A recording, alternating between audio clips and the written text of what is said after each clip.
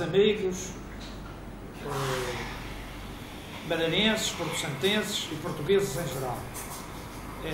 Eu queria apresentar-vos aqui um personagem ilustre aqui do Porto Santo, mas é um senhor que nasceu na Ilha da Madeira,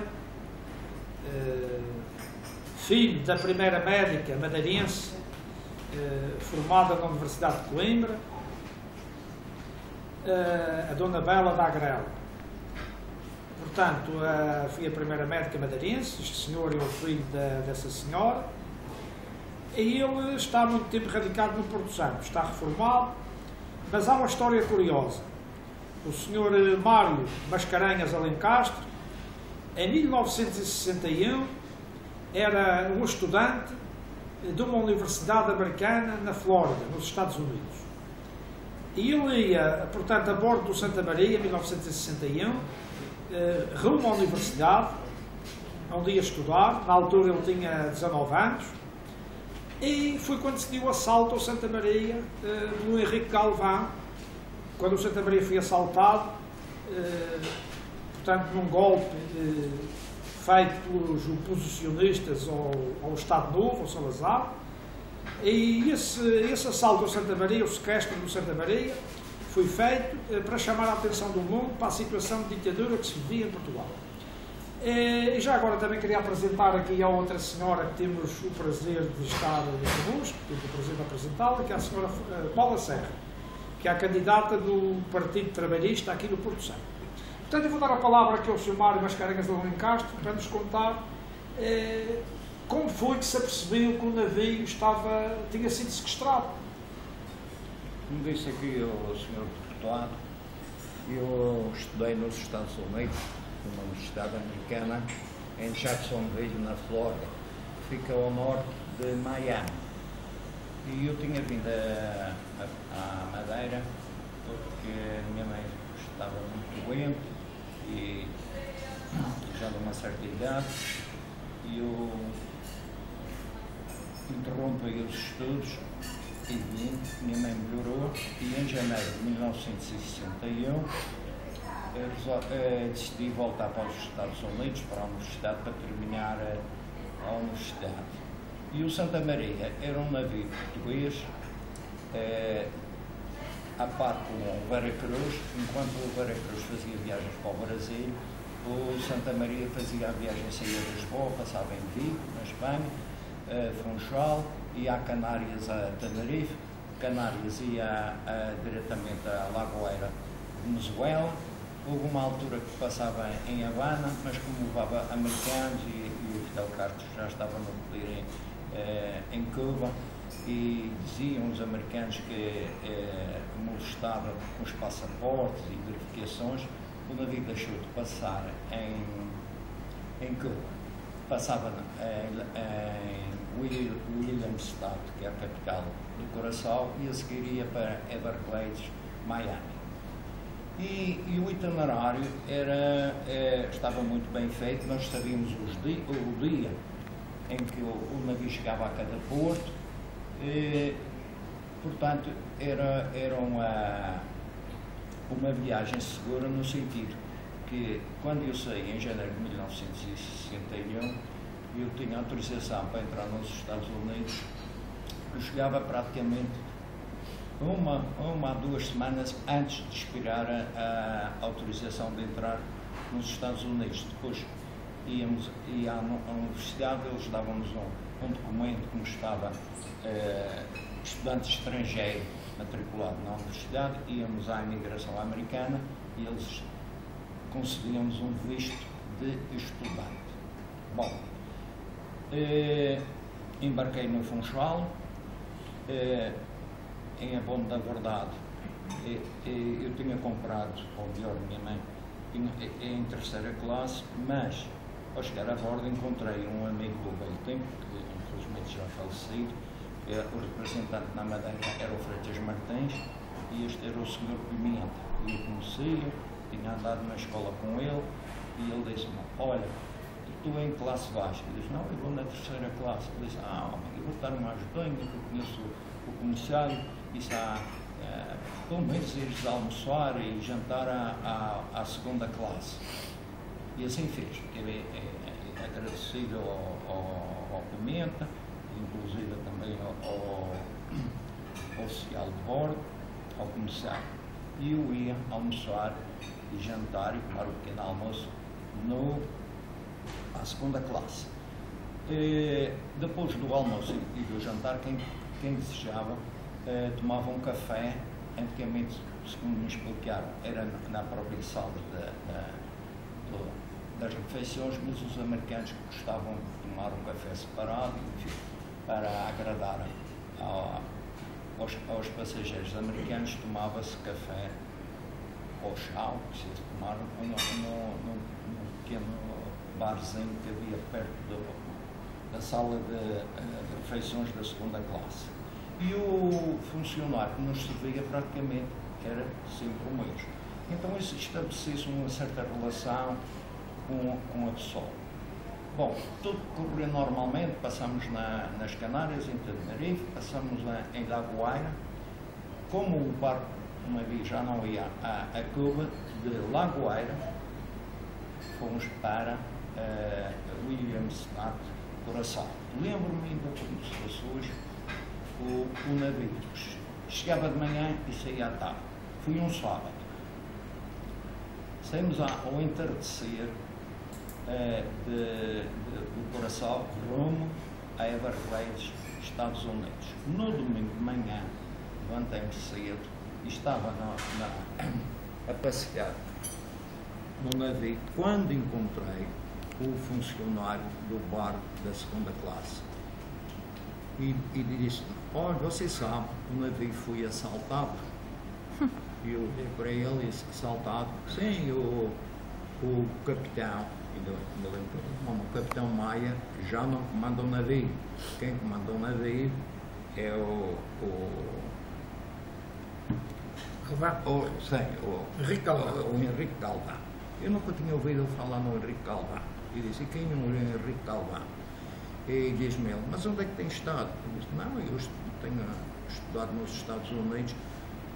Mas tinha ouvido falar e tinha visto, não pessoalmente, mas sabia quem era, o general Humberto Delgado, mas o Henrique Galvão não tinha a menor ideia.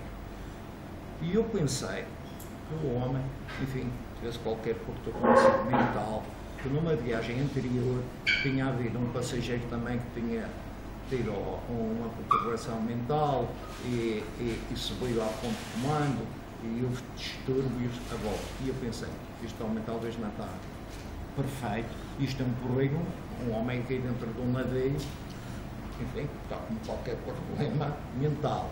E ele olhou para mim, uma espécie de transmissão de pensamento, e disse assim: acha que eu estou louco?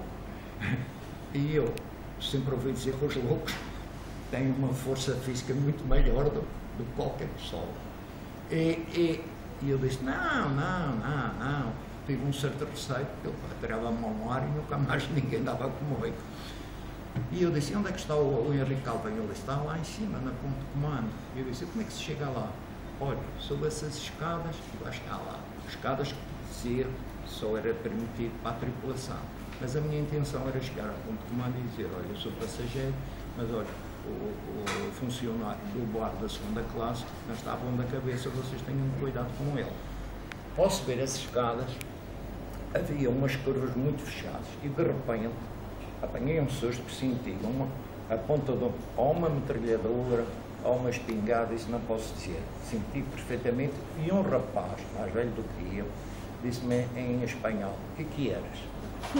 Eu disse: olha, eu quero falar com o capitão Galvão. E ele disse: espera aqui. Passados 2 minutos veio só. E foi a primeira vez que eu vi o Galvão. O capitão Galvão, um homem moreno, com uma boina na cabeça, estava armado. E eu disse: olha, eu venho aqui para comunicar que há um tripulante que não está bom da cabeça, mas acho que ele tem razão, porque ele disse-me que o barco tinha assaltado. E ele disse-me: sim, isto é uma operação em conjunto com a Espanha, queremos derrubar o general Franco e o Dr. Oliveira Salazar. Por onde é que você vai? Eu disse, não, eu estou estudando nos Estados Unidos. Ainda me lembro que ele olhou para mim e disse, não me diga, você está estudando num país de loucos? E para onde é que vamos? Ele disse, não, nós vamos regressar a Portugal, que a Revolução vai ter essa. E eu disse, olha, comandante Galvão, que não tenho dinheiro para uma segunda passagem. Não se preocupe, o novo governo vai pagar tudo. Olha, isto era cedo, um domingo de manhã, e ele disse, olha, você fala inglês? Eu disse, falo. Eu estou para o último ano da universidade, é que eu vou fazer uma reunião com os americanos e com os outros, eu falo francês, mas inglês não falo. Eu disse, bem. Olha, então a tal hora no salão da segunda classe ou da primeira classe, não me lembro bem, apareça para me ajudar. E assim foi. Aí começou o relacionamento com ele. E ele explicou o que se tratava, que era a libertação de Portugal do regime fascista, do Estado Novo. Bom, e os dias foram prosseguindo. Desapareceu a primeira, a segunda e a terceira classe. Era uma classe única dentro do navio. Igualdade. Deixamos de pagar bebidas. Era tudo por conta do novo governo. Da Revolução. Da Revolução. Era tudo borda. Bom, houve quem se aproveitasse, é claro. Essas coisas. Curioso. Bom, ele mudou o nome do navio para, se não estou em erro, Santa Liberdade. Um episódio que me lembro foi, a certa altura, havia um certo temor o que é que ia nos acontecer. Começou um boato, não sei, que havia ordens do Estado Novo, melhor dizendo, do Dr. Oliveira Salazar, para afundar o navio, e a gente comeu um certo receio. Depois apareceu um submarino nuclear, se não estou em erro, americano, com um almirante que veio falar com o Henrique Galvão, atendendo a que havia cidadãos americanos a bordo.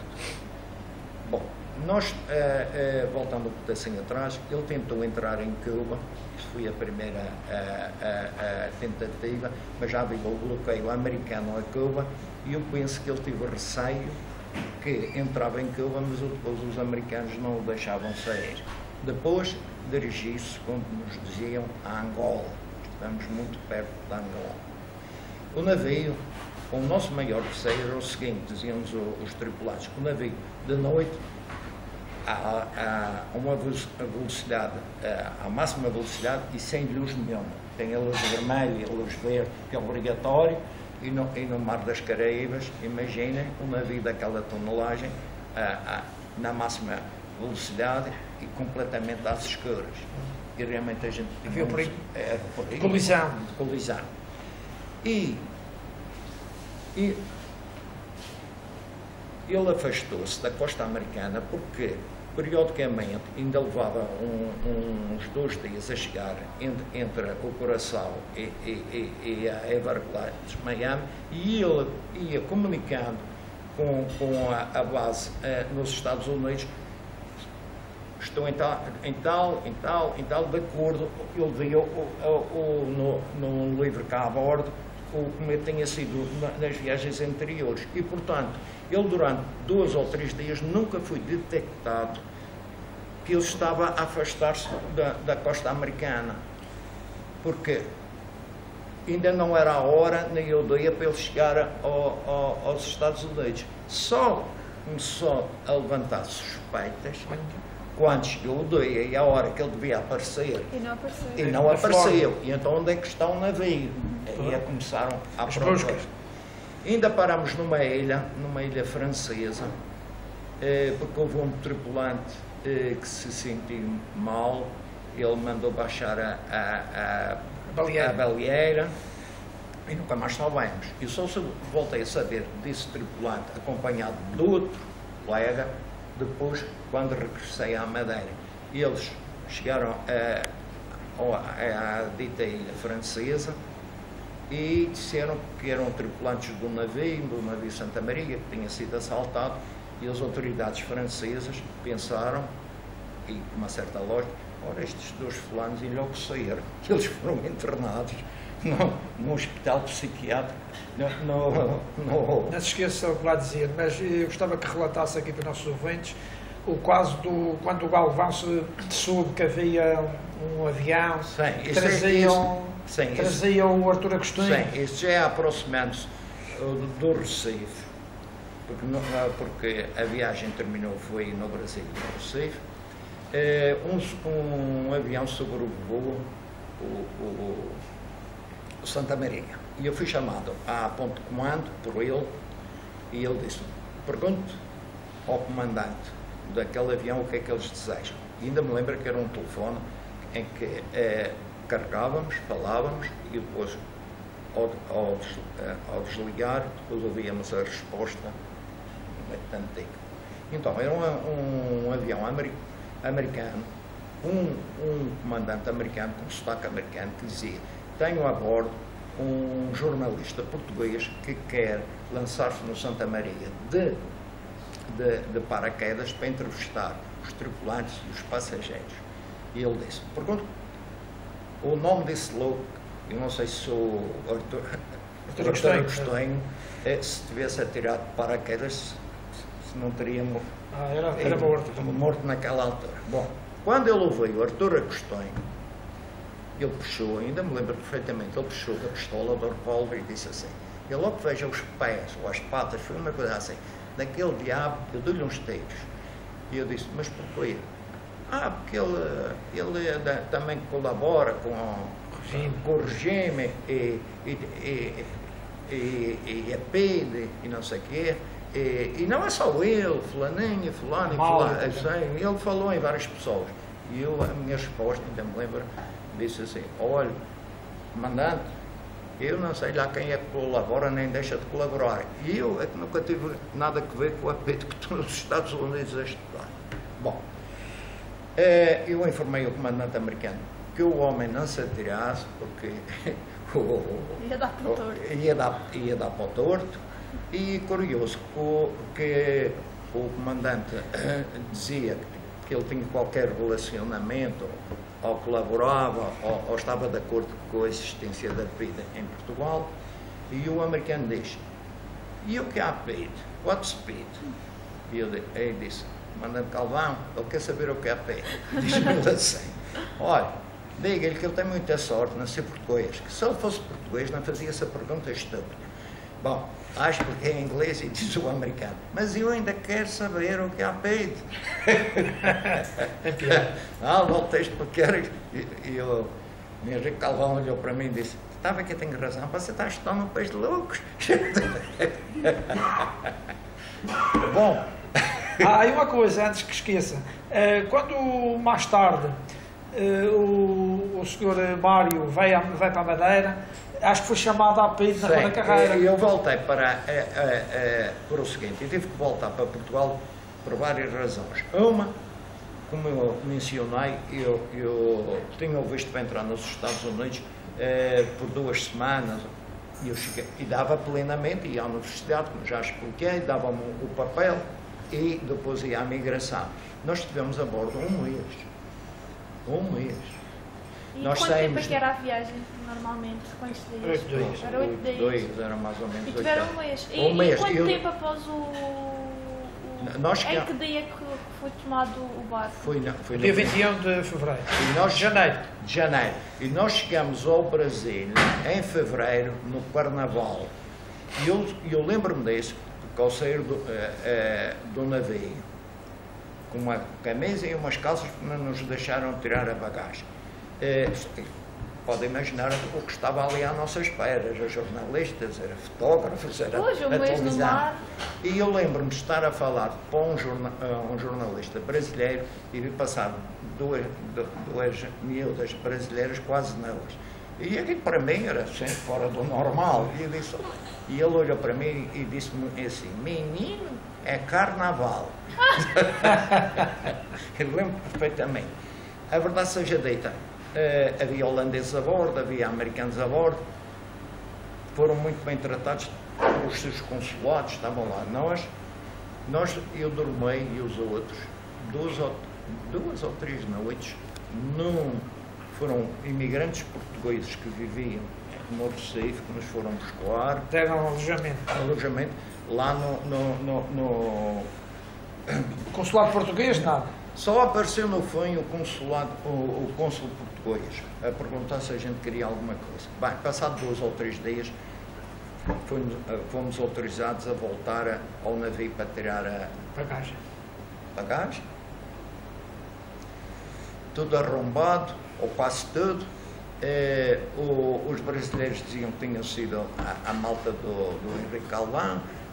Eu acredito que não foi, não havia interesse nenhum em abrir as malas, mas aquela tropa de gente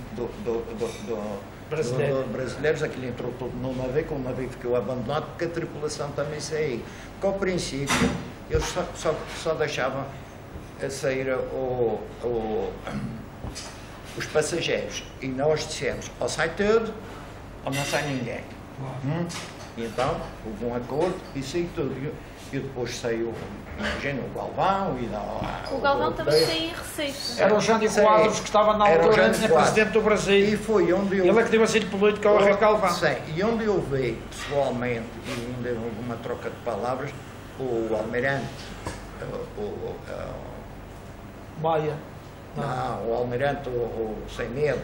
O Humberto Delgado. O Humberto Delgado estava à espera do Galvão no Recife. Depois.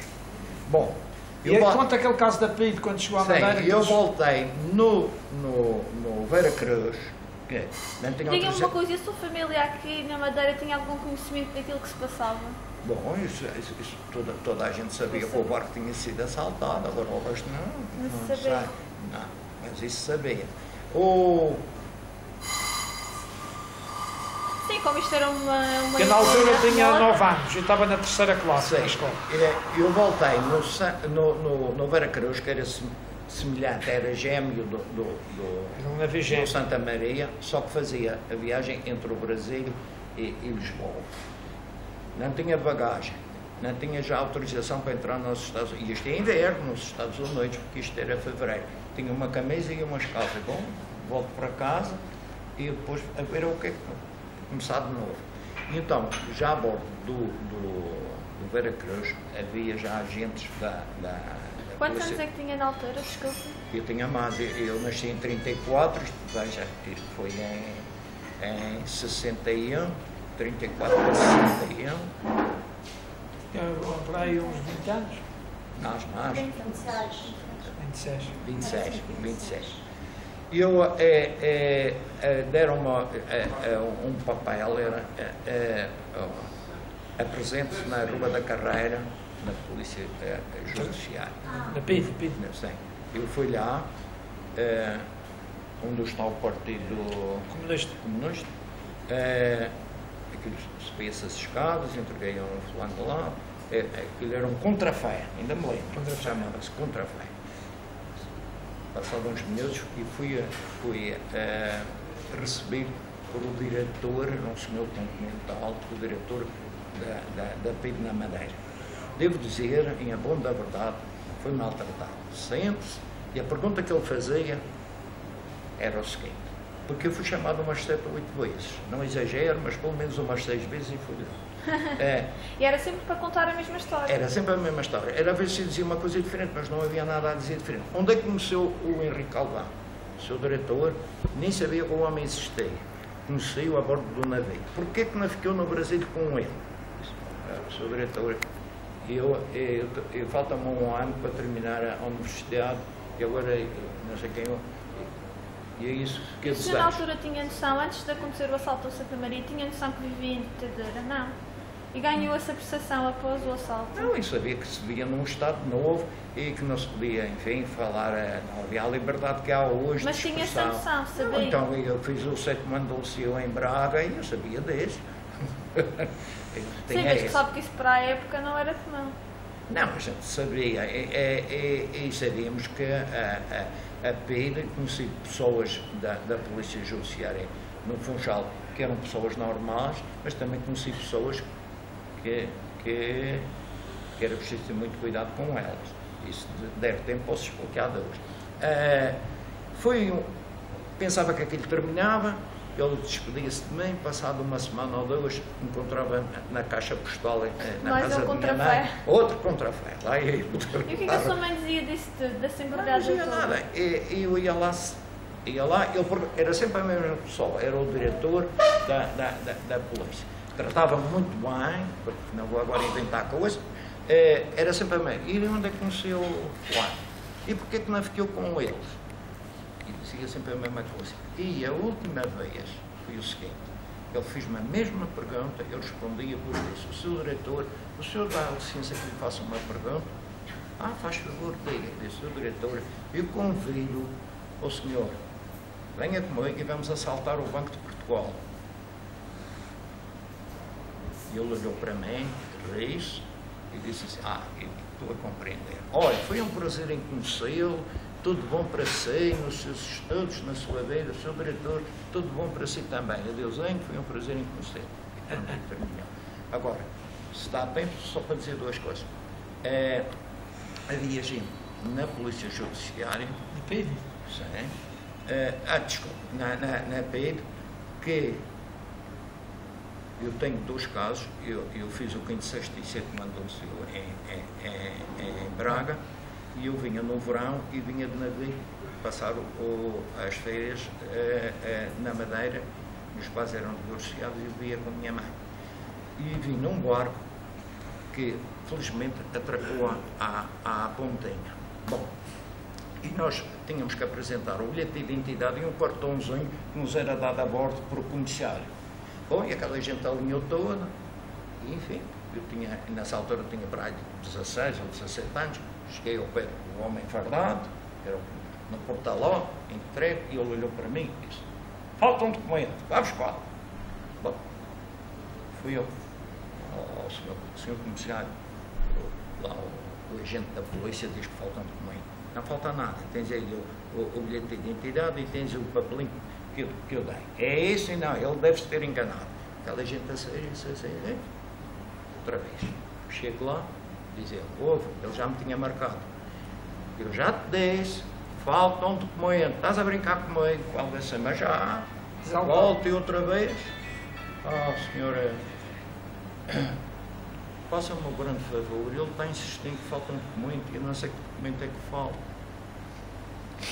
Não falta documento nenhum, não falta. Mas a sair, chego ao pé do fulano,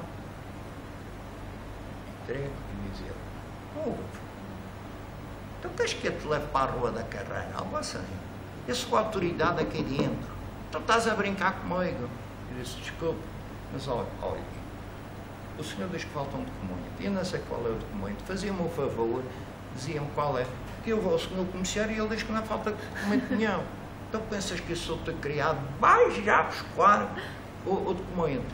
E não tenho vergonha de dizer que as lágrimas, estava ali, e chega ao comissário, pelo amor de Deus, venha comigo, porque o senhor diz que não falta, porque eu quero me ir embora, eu quero ir para casa. Eu não vou, porque não falta documento nenhum. Tu tens algum problema com eles? Eu disse, não tenho, eu sou estudante e não tenho problema nenhum. E se eu vou lá, eu vou ter uma discussão com esse diabo, eu vou ser preso, eu tenho mulher e filhos. Olha, eu não vou, desculpa, mas eu não vou. Esse já tinha noção do regime em que vivia. E eu vou à morada do navio e vejo minha mãe em cima do molho da pontinha e diz assim, então, por que não sais? E disse, olha, eu tenho aqui um problema e não consigo sair. E aquela gente já tinha toda a sair. De repente, vejo um senhor, ainda me lembro de chapéu, sobretudo, chega ao meu pé e diz assim, olha, tu és o filho da doutora Bela Agrela? E disse, sou, a tua mãe está ali à tua espera. Porquê que não sais? Olha, porque aquele senhor acolá. Minha mãe era médica das esposas e das filhas dos pescadores no Funchal. E quem era este senhor? Eu não sabia quem era, depois ele vem comigo. Dória, nunca me esqueço. Dória, o que é o problema? Porque é que não deixas o rapaz sair do barco? E diz ele, quem manda aqui sou eu, senhor capitão do Porto. E diz ele, mas qual é o problema? O rapaz está a estudar em Braga, por que não deixas o rapaz sair? A mãe está ali à espera dele. Oh, senhor capitão do Porto, eu sou aquele. Ele deixa-me sair. Onde é que eu estudava? Em que casa é que eu vivia em Braga? Ele massacrou-me tudo. E deixou-me lá existir com o capitão do Porto. Minha mãe agradeceu, eu agradeci. E também devo dizer, quando veio o 25 de Abril, eu estava em Portugal, quando vim de feiras à Madeira, eu lembrei-me do Dória. E disse, eu agora também vou falar com o Dória, que lhe falta um documento. E andei à procura do Dória e disseram, isso ele está em Mexico. E eu fui a Mexico.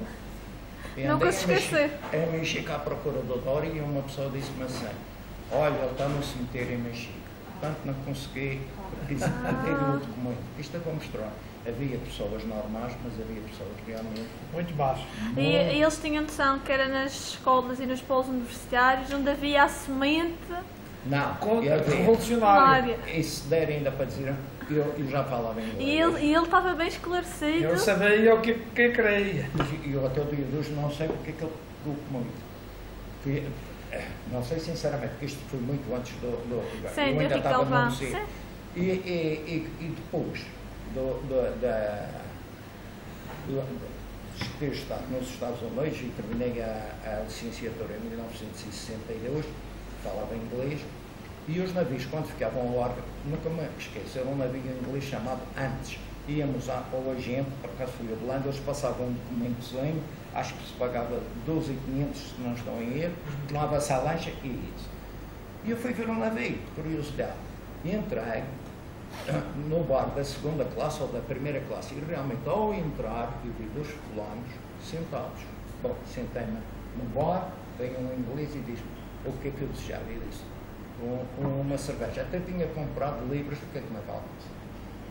Paguei, e no momento que eu estava, fiquei assim no copo e estava a deitar a cerveja, ouço uma voz continental dizer assim, olha, rapaz, o que é que estás a fazer?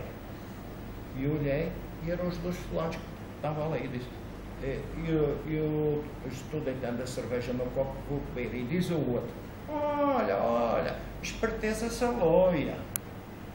E eu disse, desculpa, o senhor perguntou-me o que eu vou fazer. Olha, estás-nos incomodando, põe-te já a mexer. E juro que não estou aqui a mentir. E eu olhei e disse, desculpa, eu não estou a fazer mal nenhum, deixa-me só um instantinho beber a cerveja que eu acabei de pagar e já me vou embora. Não estás a ouvir? Não estás a ouvir? Olha, já daqui para fora, não estás a incomodar. Mas eu não estou a fazer barulho, não estou fazendo mal nenhum aos senhores. 2 ou 3 minutinhos para tomar a cerveja e depois eu deixo-os vou-me embora, não se preocupe.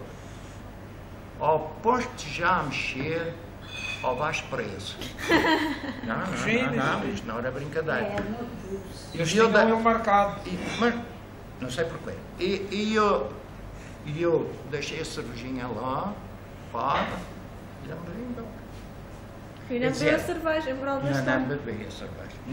Isto é uma história importante, porque eles não para os madeirenses viram o que era o fascismo e os portugueses. Havia. Quer dizer, agora, se aquilo era geral, eu penso que não.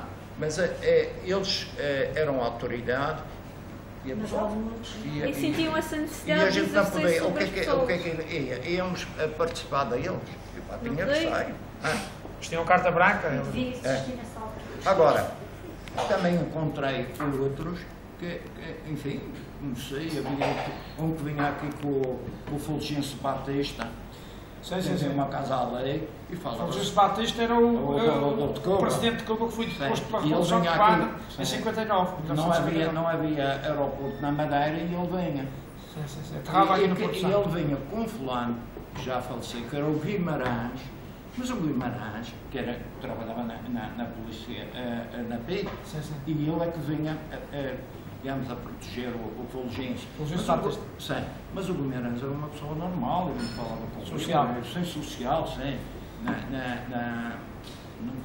Dava-se com a gente, sentava-se. Olha, falo com os portugueses, vamos terminar o nosso depoimento. Dê uma saudação às pessoas que nos estão a ouvir. Olha, eu agradeço, os anos já passaram, eu não sei se ainda há alguém daquele tempo do Santa Maria, enfim, foi um episódio, isto é uma opinião muito pessoal, foi pena que não tivesse avançado com o general Humberto Delgado, porque eu creio que ele era um homem militar, ele era um patriota, e eu estou convencido que se naquela altura o general Humberto Delgado tivesse tomado as rédeas de Portugal, não tínhamos tido, enfim, uns exageros, coisas que aconteceram que nós sabemos que infelizmente o 25 de Abril trouxe muita coisa boa, não vou pôr isso em questão. A liberdade, podemos dizer o que pensamos. Infelizmente nem em todas as partes de Portugal podemos falar.